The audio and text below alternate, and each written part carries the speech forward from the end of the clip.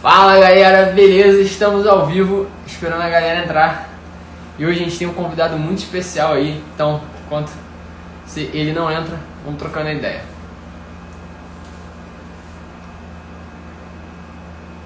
Ó o monstro aí na área.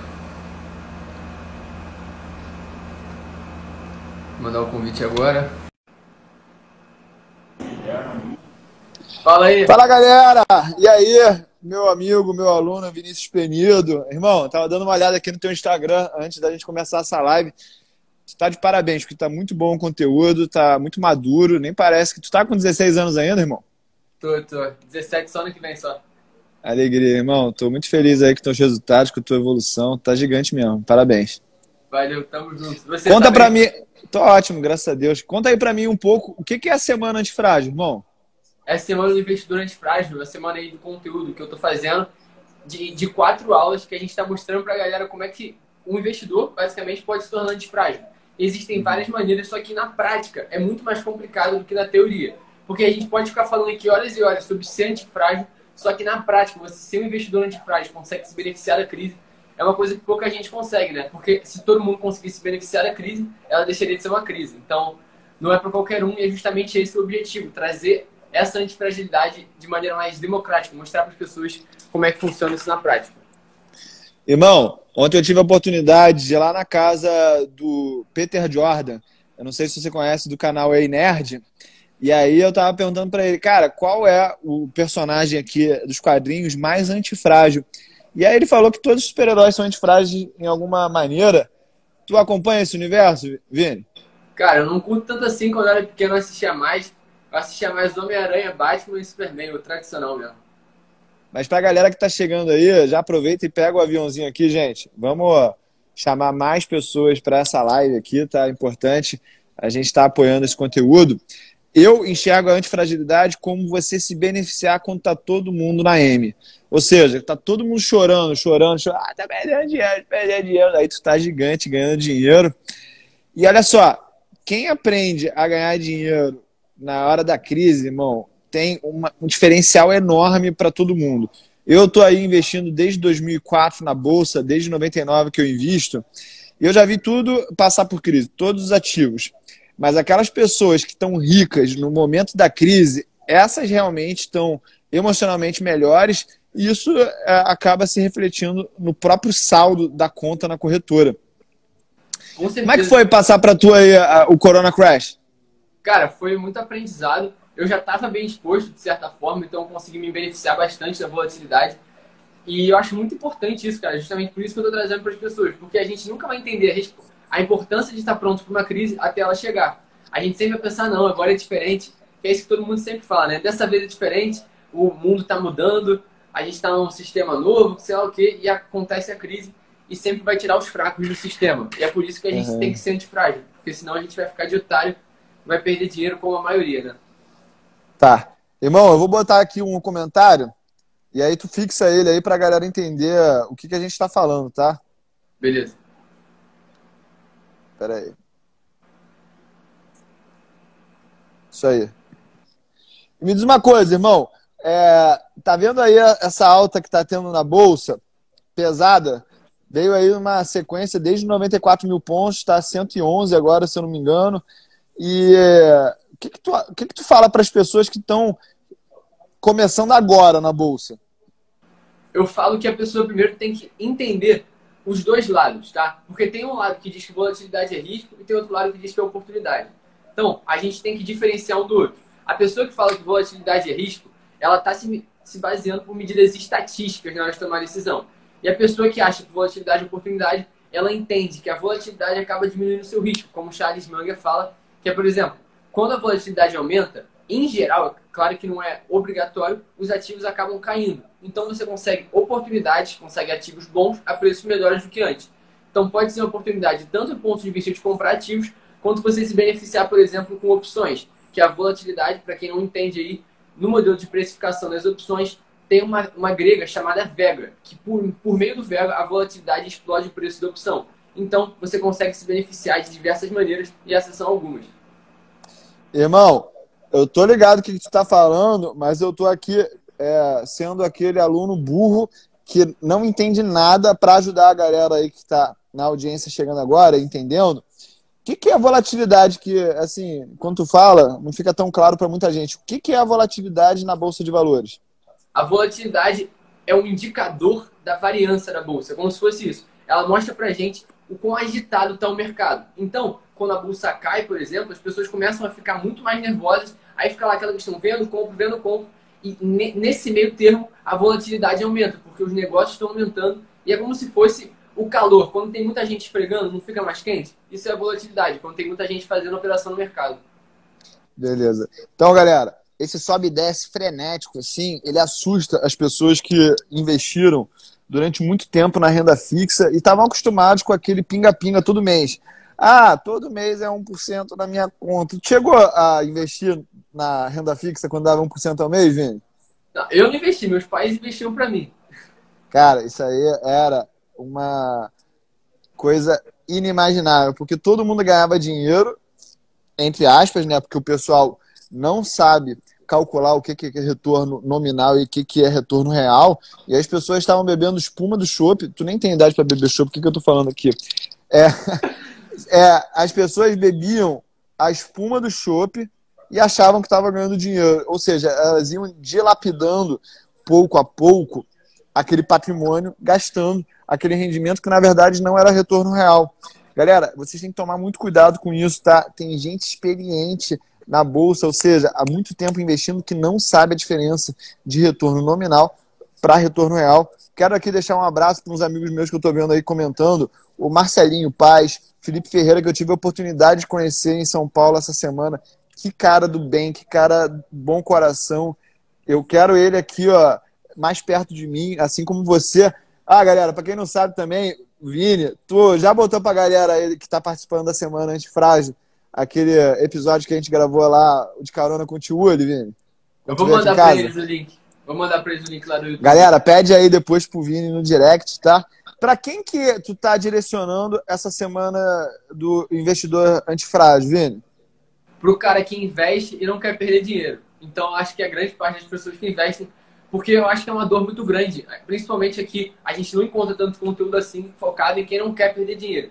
Tem muita gente falando pra você ganhar, mas mais importante do que ganhar é não perder. Porque não adianta nada você ficar falando, ah, eu sou investidor de longo prazo, longo prazo, longo prazo. Só vai valorizar no longo prazo. Se você morrer amanhã, você não tem longo prazo.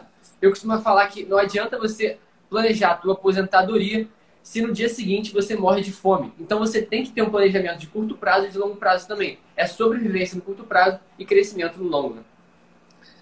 Pera aí, tu falou um negócio aqui, e eu tava estudando, cara. Olha só, para todo mundo aí que se interessa por vendas no mercado digital, comprem um livro chamado Expert Secrets, do Russell Brunson, tá? E ele tava falando que toda vez que a gente fala várias coisas sobre o que a gente está comunicando para as pessoas, elas só escutam um item, tá? E aí eu só escutei, a semana do investidor antifrágil é para quem não quer perder. E eu pensei assim, pô, se eu não quero perder, a melhor coisa é ficar na renda fixa. Mas tem uma coisa aí que não é verdade, né? Porque a renda fixa, ela virou a perda fixa. Ou seja, a gente tem que assumir risco, porque é assim que a gente ganha dinheiro, mas ele também expõe a gente a perder dinheiro no curto prazo, correto? Sim, com certeza. É o gerenciamento de risco, no final das contas. Boa.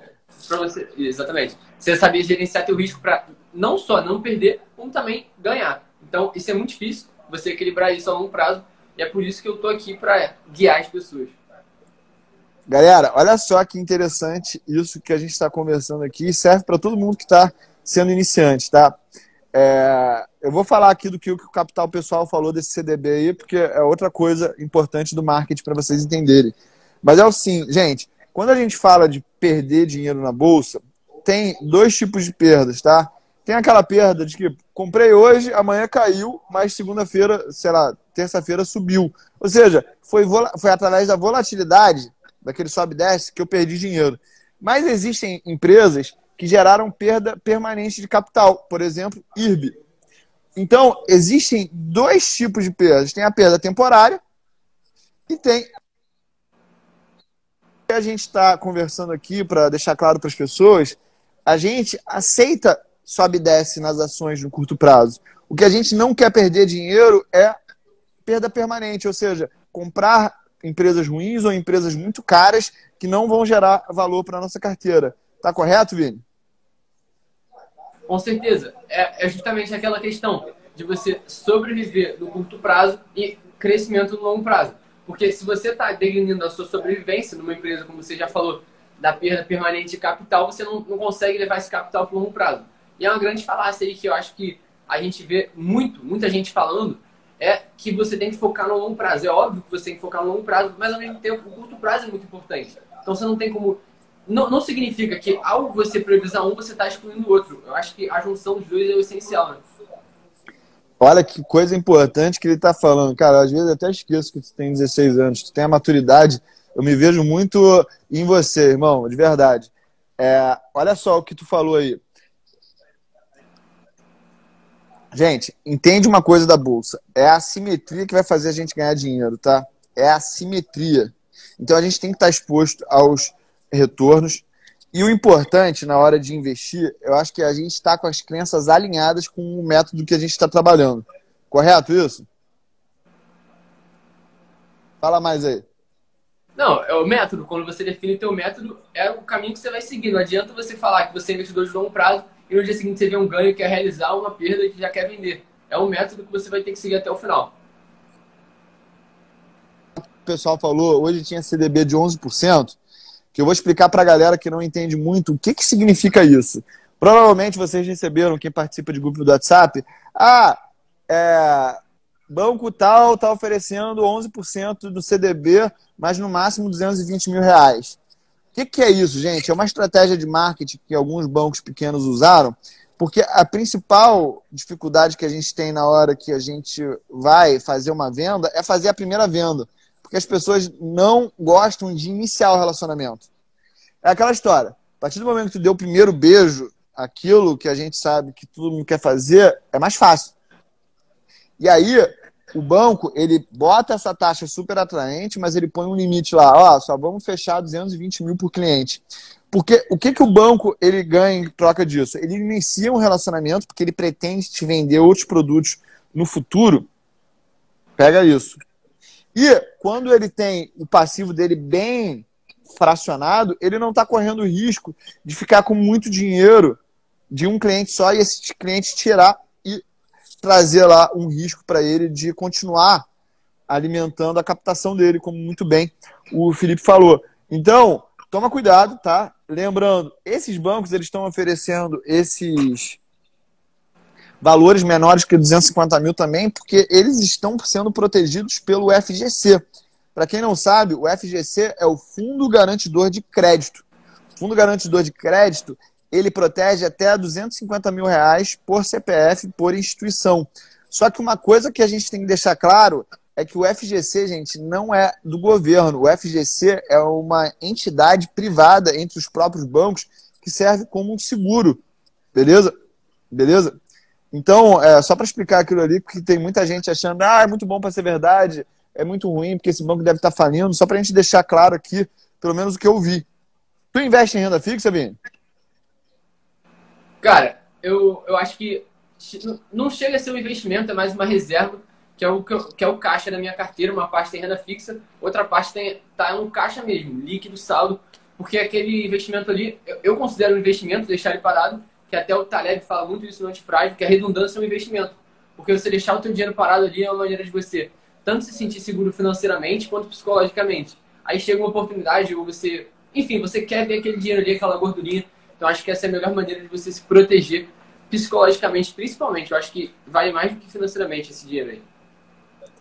Irmão, uma das coisas que eu mais admiro em você é a tua maturidade e a clareza que você enxerga os teus objetivos e as tuas metas, tá? E ouvir um cara de 16 anos falando, eu tenho que proteger o meu emocional, é uma coisa que se destaca da média. Porque um jovem de 16 anos, ele tem muita testosterona, ele está conhecendo o mundo, ele acha que ele é o fodão, que ele consegue fazer tudo, e vem você com essa maturidade. Eu posso ser abalado psicologicamente, é por isso que eu tenho caixa. Fala um pouco aí do que tu acredita que é a grande vantagem das pessoas começarem a investir na bolsa cedo, irmão, seguindo o teu exemplo. Cara, eu acho que muda a tua vida, não só financeira, eu acho que financeiro é até o menor, tá? Porque você vai entender o resultado, o resultado, como que ele pode vir das coisas da tua vida. Você vai entender que ao longo prazo, sim, você pode ter uma curva crescente e convexa de lucros. E, cara, convexidade para mim é o segredo da vida. A partir do momento que tu entende justamente a assimetria que a convexidade traz pra gente, você sabe assumir os riscos certos. Você sabe quando fazer uma coisa e quando não fazer. Inclusive, eu já tomei várias decisões na minha vida pessoal baseado na convexidade e em conceitos que eu traria dos investimentos que eu, se antes tivesse me falado, eu ia achar que era baboseira. Dá um exemplo para mim, como é que a filosofia que tu tá trazendo na Semana do Investidor Antifrágil também pode ser usada na vida pessoal das pessoas? Cara, eu andava de bicicleta direto, não sei, acho que você já até ouviu falando sobre isso. A Eu gente já andava se direto. encontrou lá, pô. Uma vez a gente se encontrou na praia andando de bike, pô. Sim, sim, só que eu andava muito na rua, assim. Só que eu comecei a perceber que isso era concavidade pura. Por quê? Porque eu ia sair, sei lá, 100 dias no ano. Em 99 dias eu ia andar de boa, só que um dia, aquela que eu tivesse era o suficiente para me tirar do jogo para sempre. Então eu saí disso. É claro que eu ando de bicicleta em um momento ou outro, mas eu tento eliminar o máximo esse risco, que é a concavidade pura. Porque eu não tenho nenhum upside em fazer isso. E por outro lado, se eu cair, eu tô ferrado. Eu posso ferrar o meu maior ativo, que é o meu corpo e minha mente, né? Exatamente. Galera que não entende aí o que é concavidade, gente, a gente já está aqui hoje na Black Friday, tá? E a Black Friday nos Estados Unidos, ela é marcada pelo dia que a gente... Foi ontem, né? O Thanksgiving. Pelo dia que a gente mata o peru. E o peru, ele é a representação da concavidade, porque ele vai engordando todo dia ele tá achando que ele tá mais forte, que ele tá vivendo uma vida melhor, e tem um dia que ele tá no auge, e aí Peru, acabam com a vida do Peru, ele nem entende porquê, de onde que saiu aquilo, e isso é o que acontece com as pessoas que exageram no mercado financeiro, na assunção de risco, né?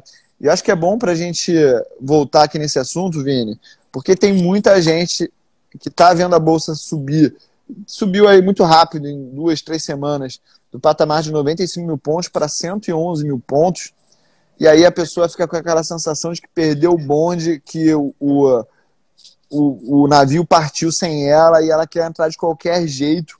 Só que ela não avalia as oportunidades, não avalia os riscos. Mas agora, gente, a Vale já está 78%. Foi 37% na semana, irmão? No mês, 37% no mês na Vale e 31% na Petrobras. Ou seja, as pessoas, elas têm um sentimento chamado fear of missing out, que é perder o bonde, o medo de perder o bonde. E aí elas compram por qualquer preço e elas não entendem que quanto maior a margem de segurança que a gente tem na hora que a gente investe, menor o risco que a gente está exposto. E eu estou falando de margem de segurança, Warren Buffett, Benjamin Graham, o que isso tem a ver com a Semana do Investidor, com o Nassim Taleb? Gente, tem muitas ideias que o Nassim Taleb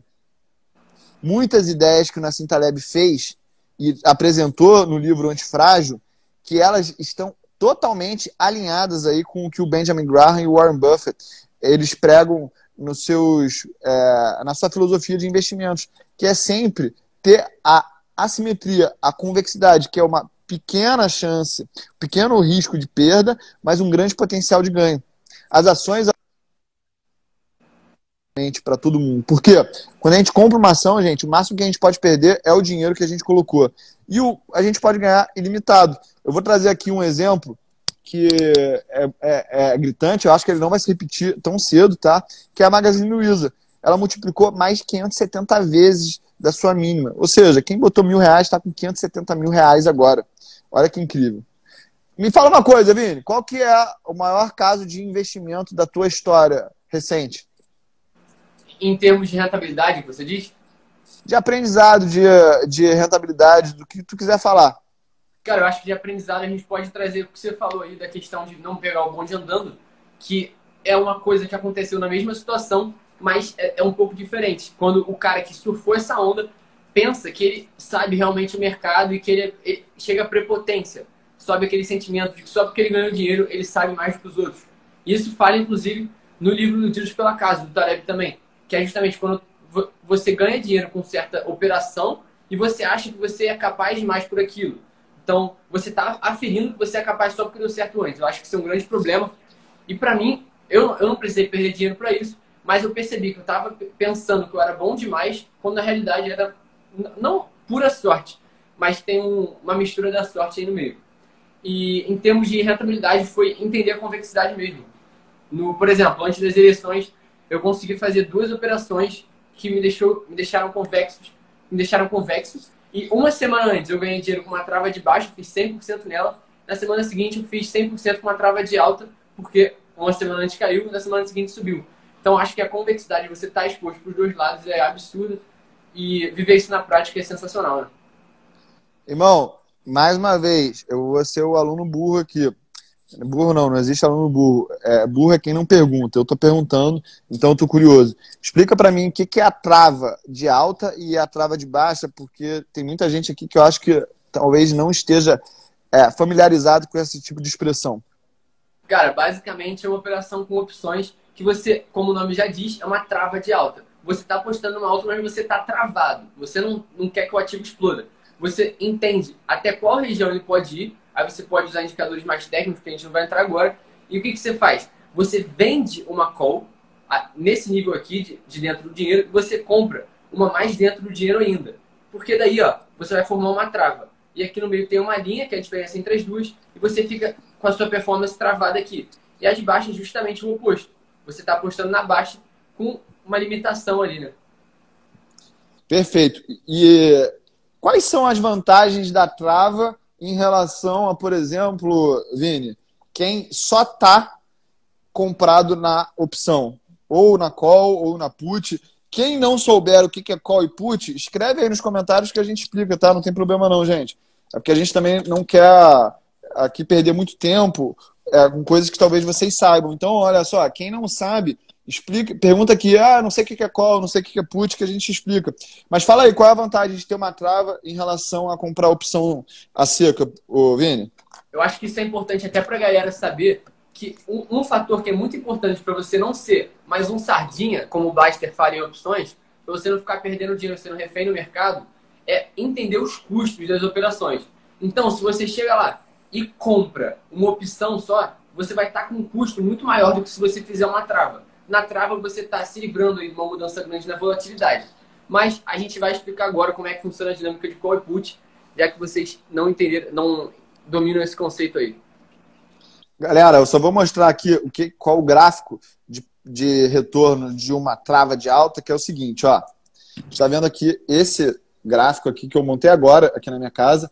Então, esse é o potencial de perda, é o valor que eu investi. Você nunca pode perder numa trava mais do que você botou, mas quando tem uma alta ilimitada do ativo, você fica travado no teu retorno, beleza? Então, o que a gente fala? Você consegue ter uma assimetria muito grande nas opções, nas travas, mas você tem que fazer elas fora do dinheiro.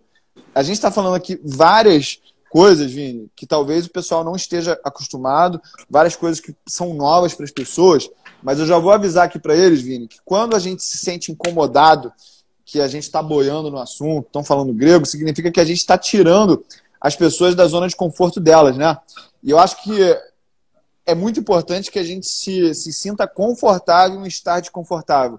Porque a gente está aqui, tanto eu quanto o Vini, para a gente fazer vocês saírem daquele ponto inicial e evoluir. Beleza? Então, amem essa dor de estarem boiando, amem essa dor de não saberem, mas não deixem de perguntar. E aí, agora que o mestre ali preparou alguma coisa, o que é a call e o que é a put, Vini? Vou voltar aqui para o quadro. Bom, eu vou tentar explicar da maneira mais simples possível, porque eu acho que se complicar vai explodir a cabeça da galera aí. Só vou pegar a caneta que caiu no chão, calma aí. Ó, enquanto, galera, o Vini não explica, eu vou dar um exemplo de uma call, tá? Ingresso de cinema. Eu vou dar um exemplo de uma put, seguro de carro. E aí o Vini vai explicar agora o que é o conceito. Bom, a call, no conceito mais simples possível, é você apostar num ativo subindo. Então, quando o ativo subir, você ganha. Então, essa é uma maneira de você apostar no ativo subindo, sem precisar comprar o ativo por si só. Então, você pode chegar lá, pagar 1,50 numa call, até cara, 1,50, você pode pagar muito menos que isso, e apostar num ativo subir. Só que o que a gente tem que entender? As opções, como o tio deu o exemplo aí do seguro, elas têm vencimento. O seguro do teu carro vai ter sempre um vencimento. Então, você tem que saber lidar com o risco que elas trazem para a sua carteira, porque, bem ou mal, se o ativo não subir, essa sua opção vira pó. Então, você tem que tomar cuidado. A opção de compra pode também ser o exemplo de um apartamento. Vamos supor que você quer comprar um apartamento no teu bairro, tem, sei lá, 10 pessoas querendo comprar. O que acontece? Você vai lá dar uma entrada para o cara. Isso aí é a opção de você comprar aquele ativo. Você pagou um prêmio para ter a opção de comprar aquele apartamento posteriormente. Então, teoricamente, você pode, se o preço daquele apartamento subisse, você ia ter se beneficiado, porque você já pagou um prêmio para poder comprar ele por um preço pré-determinado. Alô? Tô aqui. Alô? Foi. Tem que dar uma travadinha aqui, desculpa. Pode continuar aí. Eu expliquei a questão de como funciona a call. Dei o exemplo lá de comprar um apartamento, que você dá a entrada como se fosse o prêmio, justamente para você estar protegido caso o ativo suba, para você comprar pelo mesmo preço. Galera, então eu vou explicar aqui por que a ingresso de cinema ele é uma call, tá? A call, gente, é quando a gente tem o direito, mas não existe obrigação nenhuma da gente exercer aquele direito. Então, por exemplo, quando eu compro um ingresso de cinema, eu tenho o direito de sentar lá na poltrona A9, às 6 da tarde, no dia 27 de novembro, tá? Eu tenho ingresso, então ninguém pode sentar naquele assento. Do mesmo jeito de uma passagem de avião. Comprei a passagem ponte aérea Rio-São Paulo para as 8 da noite na sexta-feira. Eu tenho o direito de estar lá, caso o voo ele saia do chão, mas eu não tenho obrigação nenhuma. E aí, o que eu perco caso eu não apareça no voo, caso eu não vá naquela sessão de cinema? Eu perco o quanto eu paguei naquele ingresso, quanto eu paguei naquela passagem. É a mesma coisa quando eu compro opções agora, trazendo por um caso real, da Vale, uma call. Então, eu posso determinar lá o dia que eu quero que aquela opção ela vença, a qual preço que eu quero ter o direito de comprá-la. Vamos dizer aqui que a Vale fechou hoje a R$ 78, tá, gente? Vamos dizer que eu cheguei à conclusão e assim, comprei lá o contrato que fala, ó, você vai ter o direito de na terceira segunda-feira de dezembro comprar a Vale a R$ 78. Se a Vale despencar, gente, para R$ 50, eu só perdi aquele prêmiozinho ali que hoje deve estar por volta de R$ 3,50, tá? Mas se a Vale for para R$ 120, gente, lá na terceira segunda-feira de dezembro, eu vou estar com essa opção que eu paguei hoje, tipo R$ 3,50, com ela valendo R$ 42.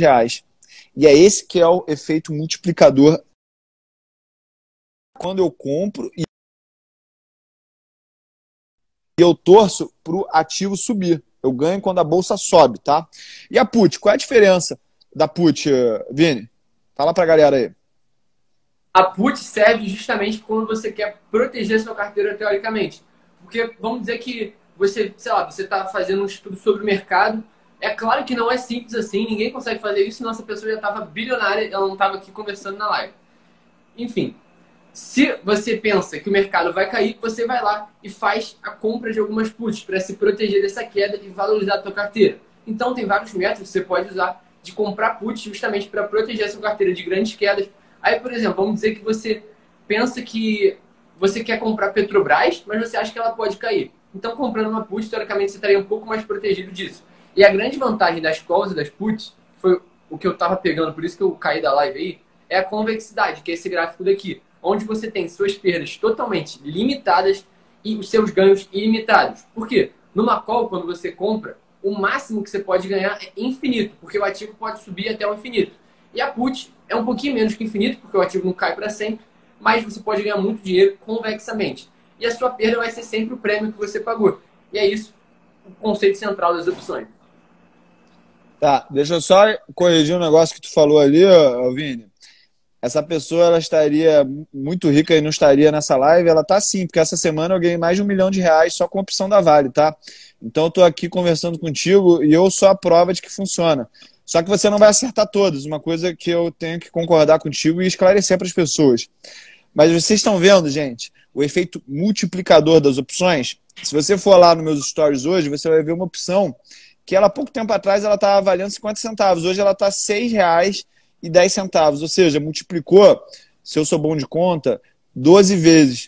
Ou seja, se eu tivesse acertado, sei lá, 20% das operações que eu fizesse e eu tivesse dado essa operação que multiplicou por 12, já paga todos os erros, tá?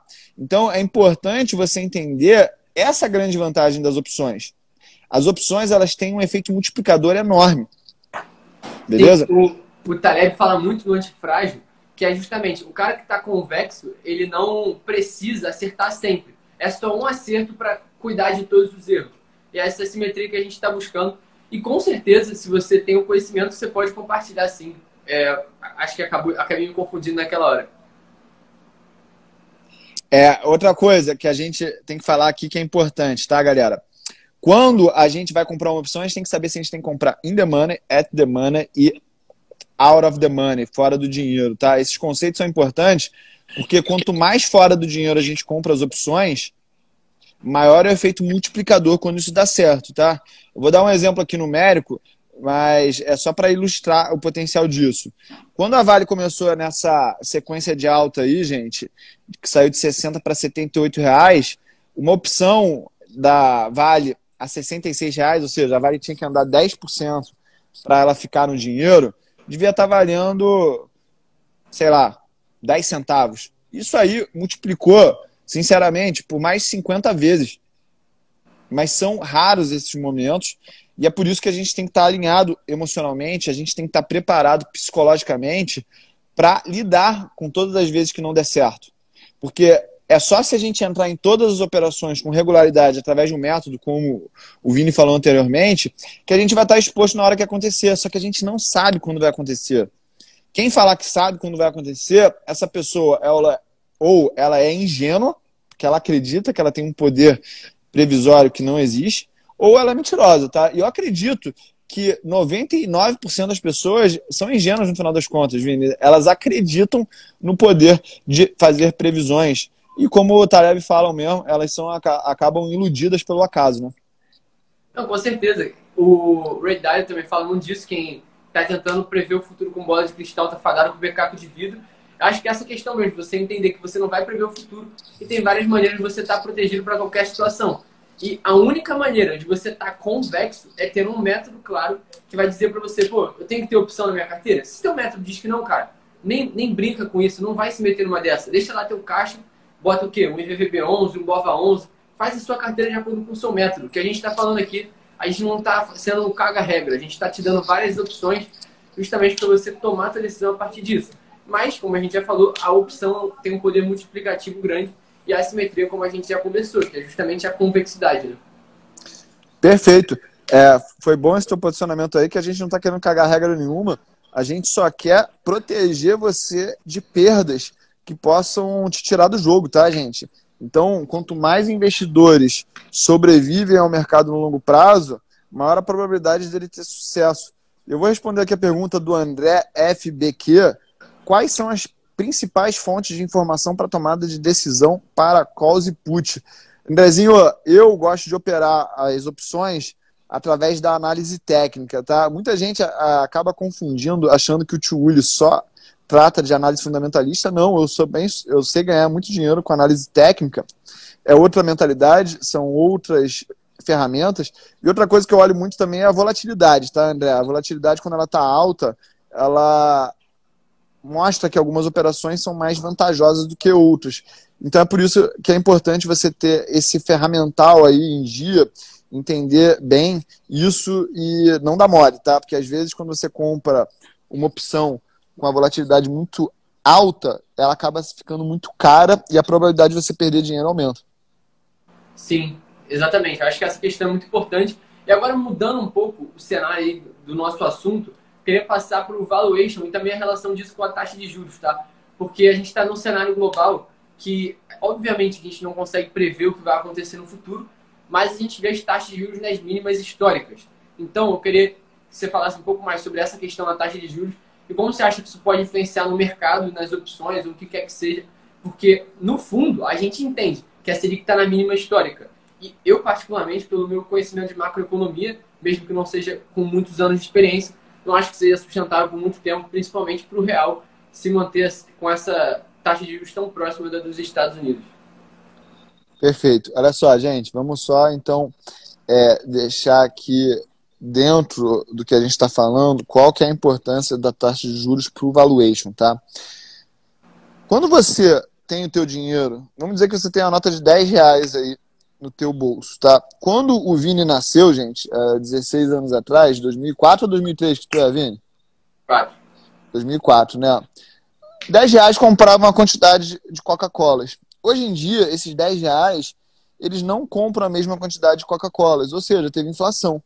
E aí, qual é o primeiro lugar que você põe o teu dinheiro para se proteger da inflação? Você põe na poupança ou no Tesouro Selic.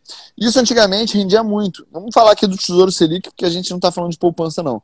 Mas vamos dizer que antigamente a inflação era muito grande, eu queria proteger o meu dinheiro para não botar embaixo do colchão, e ia botar onde? Botava lá no Tesouro Selic, que antigamente dava 1% nominal ao mês.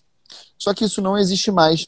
E aí, o que acaba acontecendo como comportamento? Pensa na tua vida pessoal, pensa na tua casa, pensa na tua família. Você tinha lá R$ 100.000 e aquilo rendia R$ 1.000 por mês. Agora, isso está rendendo R$ 1.000 ao ano. O que você vai ter que fazer? Você vai ter que começar a botar esse dinheiro para produzir algo. Acabou a mamata, acabou a ciranda financeira. E aí as pessoas têm que investir em negócios. E negócios, qual é a melhor maneira de você comprar negócios? É através de compra de ações. Porque o mercado, ele traz grandes vantagens para o investidor. Diminui custo, aumenta a liquidez, entre outras coisas. E aí, quando a gente abaixa a taxa de juros, a gente diminui o custo de oportunidade do dinheiro. É assim que a gente fala, quando a gente fala de finanças, tá? A oportunidade de deixar o dinheiro parado, ela era muito alta e agora está muito baixa. E aí as pessoas começam a botar ativos produtivos dentro da sua carteira. Só que nem todo mundo está preparado emocionalmente para isso, tá? Então, guarda essa informação. Quando a gente começa a comprar ações porque a gente não está recebendo retorno do que a gente está fazendo, a gente começa a ter uma demanda maior por ações. E aí, se a oferta é a mesma e a demanda aumenta, o que acontece? Aumenta os preços. Só que isso diminui a margem de segurança que a gente estava falando antes, que é a diferença entre o valor e o preço que você paga. Beleza? Quando a taxa de juros fica muito baixa, e eu acredito que ela não é sustentável nesse patamar, a gente tem os ativos lá no high, no topo. E aí, quando começar a subir os juros, o que vai acontecer? Esses ativos eles vão se reajustar a essa nova realidade. E para aquelas pessoas que não sabem controlar risco, não sabem se proteger com opções, essa lição ela pode custar muito cara. Beleza, galera? E aí, vamos falar aqui do outro lado da moeda, tá? O outro lado da moeda é o seguinte: existe muito dinheiro mesmo dos baby boomers. O que são os baby boomers? Foi o pessoal que nasceu a partir de 1948 nos Estados Unidos, com todos os soldados que voltaram da guerra e queriam fazer filho, viver a vida, o sonho americano. Essas pessoas detêm grande parte dos recursos financeiros no mercado acionário, tanto no Brasil quanto no mundo. E aí essas pessoas estão com muito dinheiro e elas não sabem onde botar esse dinheiro. E aí elas estão aceitando cada vez menores recompensas, que são os juros, para investir esse dinheiro. Beleza? Só que está existindo agora um outro fenômeno importante, que é o seguinte: as dívidas estão muito altas. E quando você vai emprestar dinheiro para alguém e você fala, pô, essa pessoa já tem muita dívida, o que eu faço para me proteger? Eu aumento o juro que eu peço em troca desse empréstimo. Tá correto essa linha de raciocínio, Vini? Sim, justamente tá claro? isso. O juro é o custo da tua dívida. Então, quanto maior os juros, mais arriscado é o empréstimo do dinheiro. Por isso que aumenta os juros, que é o preço de eu emprestar dinheiro para você. E também é o preço do tempo, porque bem ou mal, esse é o preço do dinheiro ficar na tua mão, o dinheiro que era meu, durante uma certa quantidade de tempo. Então, acho que os juros não deixa, é uma medida de risco também, mas ao mesmo tempo uma medida temporal. E quando o juro está baixo, a preferência temporal diminui. Então, o cara que ia gastar o dinheiro daqui a 2 anos, ele acaba gastando agora, porque na renda fixa não vai render nada, né? Exatamente, exatamente. Muito bom isso. Então, galera, a gente está chegando aí no final de um ciclo. Warren Buffett, ele tem muito medo. Eu acho que é a coisa que ele tem mais medo. Ele já falou que ele não entende esse ambiente de juros negativos. E aí, por isso que ele está com 145 bilhões de dólares em caixa. Por quê? Porque ele não pode se dar o luxo de perder dinheiro. Warren Buffett, eu já tive na mesma sala que ele 2 vezes, presencialmente. Uma eu almocei com ele e a outra foi lá na reunião dos sócios. Ele fala que o importante é ele entender que aquelas pessoas que confiaram dinheiro a ele, as famílias, elas podem se sentir seguras, porque o principal foco dele é mantê-las ricas, não ficarem ricas ainda mais. Ou seja, ele sabe lidar com a ganância dele e a gente sabe que ele não costuma errar. Beleza? Vini, foi muito bom conversar contigo, irmão. Fala a última pergunta aí, que eu tô tendo um compromisso daqui a pouco. Tem a galera aqui em casa. E aí eu vou responder e a gente vai se despedir, tá, irmão? Cara, já vou então de despedida, já agradecer a tua presença. Sempre prazer trocar essa ideia. Qualquer dia a gente se encontra aí. Enfim, eu queria que você falasse aí pra galera, desse uma mensagem aí pra eles, de qualquer forma, pro cara que tá começando no meio e no final. Uma mensagem que eu acho que tenha mudado a tua carreira como investidor, que muitas das vezes é só a gente ouvir uma mensagem dessa que pode valer centenas de milhões de reais e a gente ficar na nossa cabeça gravado para sempre. Eu acho que isso é muito importante. Pô, Vini, vou falar uma coisa, irmão, que eu vou falar do fundo do coração, porque eu te tenho aqui com muito carinho, tá? Gente, por mais que a gente goste dos investimentos, por mais que a gente ame os investimentos, seja curioso, e eu me incluo nessas pessoas, tá? Eu amo investimentos, eu acho que é o melhor lugar para você botar o dinheiro que você junta. A gente não pode negligenciar o trabalho. E assim, o Vini com 16 anos já tem uma mentalidade avançada, já tem uma mentalidade madura, já tem um emocional que parece de um cara de 30 anos, assim, se ele pegar todo esse talento, todo esse interesse, toda essa curiosidade que ele tem, e ele ainda mais trabalhar, ser bom no que ele faz, continuar estudando na faculdade, se empenhando, entregando resultado, ele vai ter mais dinheiro ainda para aportar e fazer esse bolo de investimentos crescer. Então, para todo mundo que acha que o mercado de ações é a solução do mundo, eu acho que é parte de 80% da solução, mas tem um 20% ali que é o teu trabalho, que é onde você vai alimentar, onde você vai botar gasolina no carro. A gasolina, ela é essencial. E da onde que você tira essa gasolina? Do trabalho. Então, seja bom no teu trabalho, para que você tenha uma remuneração de acordo, para que você tenha de onde tirar um aporte e invista com um método, tá? Porque o método, ele vai te dar mais tempo ainda para você focar no teu trabalho para gerar ainda mais aporte. Então, essa que é a fórmula de sucesso para mim, tá, Vini? É sucesso financeiro profissional, tá? Parece até estranho a Travou. gente. Parece até estranho a gente que é investidor, que está falando de investimentos na internet, falar que investimentos não é a solução de tudo. Mas essa é a verdade. Porque se a gente continuar falando a verdade para a audiência, para o público que está parando a sexta-feira para escutar a gente, e essas pessoas entenderem que a gente não tem agenda oculta aqui, a nossa agenda é falar a real, mandar o papo reto, dar a direta, para não fazer as pessoas perderem tempo e nem se iludirem, tá? Então, gente, investir é bom, investir é a melhor coisa que tem, mas tem que somar isso ao trabalho, porque o trabalho gera o aporte.